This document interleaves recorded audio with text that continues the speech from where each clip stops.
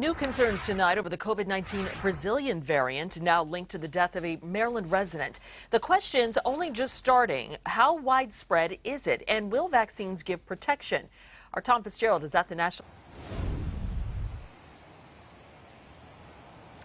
Sarah, good evening. One of the top health officials in the state of Maryland tells me tonight they are describing this Brazilian variant as what they call a wild card, and they are working aggressively tonight to try to figure out how widespread this thing is. We had a conversation with Dr. Clifford Mitchell from the Maryland Department of Health tonight. He says the work right now is going to get to that answer.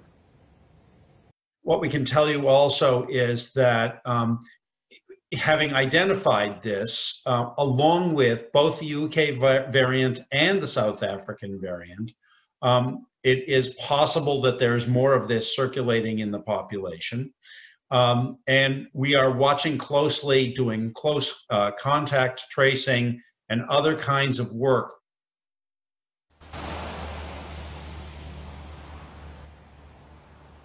Now, that other work is underway right now. What we do know is that this individual who died of COVID-19 and the P1 Brazilian variant was over 65, had traveled internationally, and resides here in the National Capital Region. Other than that, health officials have not released any other information about this individual. Now, this is concerning because it raises questions about whether the variant will render some vaccines inefficient.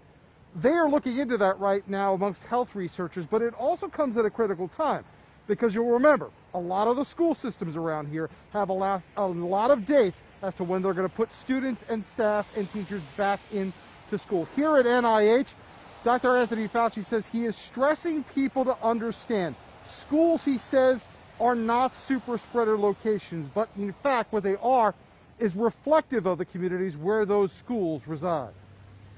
When you talk about the danger of teachers getting infected, we know that when you talk about infection within the school setting, it's what really is going on in the community that is the risk of infection to anyone, including teachers.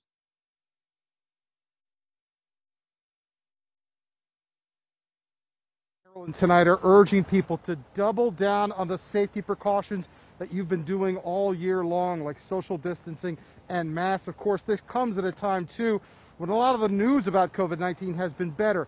Case rates regionally are down, and so are deaths, but these new variants tonight are causing concern. We're live in Bethesda tonight. We'll send it back into you.